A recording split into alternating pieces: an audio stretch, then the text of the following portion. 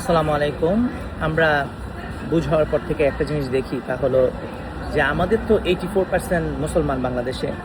তো সবাই ব্যক্তি জীবনে ইসলাম পালন করতে রেডি আছে, কিন্তু সামাজিক জীবনে কেউ ইসলাম পালন করতে রাজি নয়।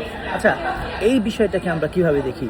কোরআন 2.185 আল্লাহ বলতেছেন যে কোরআনকে তোমাদের জন্য দিয়েছি গাইডেন্স হিসাবে। আচ্ছা, এখানে তো আল্লাহ বলে দেয় নাই যে গাইডেন্স শুধু নিব কিভাবে আমরা ব্যক্তি জীবন চালাবো সেটার, নাকি আমরা পাবলিক লাইফে কীভাবে করে চলবো সেইটার গাইডেন্সও আমাদের কোরআন থেকে নিতে হবে।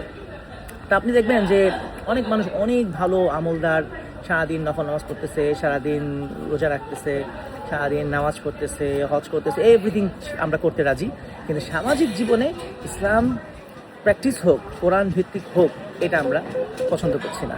তাহলে এটা কি একটা প্যারাডক্সিক্যাল অবস্থান আমরা নিচ্ছি কিনা, এই জিনিসটা কতগুলো মানুষ বুঝতে পারছে? এটা নিয়ে যত চিন্তা হওয়া উচিত। তারপরে আমি বলবো যে সামাজিক জীবনে ইসলাম পালন হবে নাকি হবে না, এটার জন্য কোরআন 2.30 রেফার করা যেতে পারে, যেখানে আল্লাহ বলছেন যে আমি মানুষকে তৈরি করেছি যে তারা আমার রিপ্রেজেন্টেটিভ হিসাবে দুনিয়াতে কাজ করবে। ইবনে কাসির এখানে ব্যাখ্যা করছেন যে খেলাফতকে প্রতিষ্ঠা হতে হবে কিনা।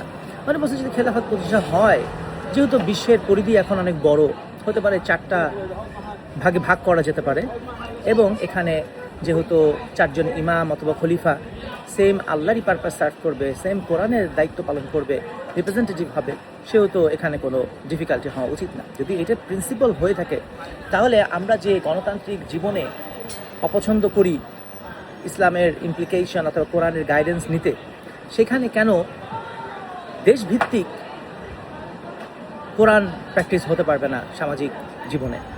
তো এইভাবে করে আমার মনে হয় চিন্তা করলে সহজ হয়। আর মধ্যে কথা হচ্ছে, মতভেদ করলেই করা যায়, কিন্তু কোরআন 3.103 আল্লাহ বলতেছে মুসলমানদেরকে ঐক্যবদ্ধ থাকতে।